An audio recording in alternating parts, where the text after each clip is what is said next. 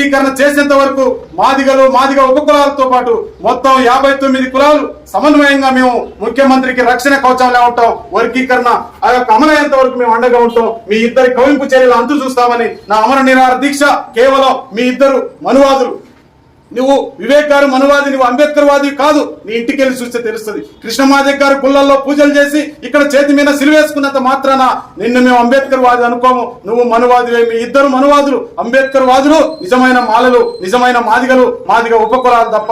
దయచేసి భవిష్యత్తులో మీరు అనుకుంటున్నా నా ప్రాణం పోయినా మాల మాదిగల్ని విడిపోనియను.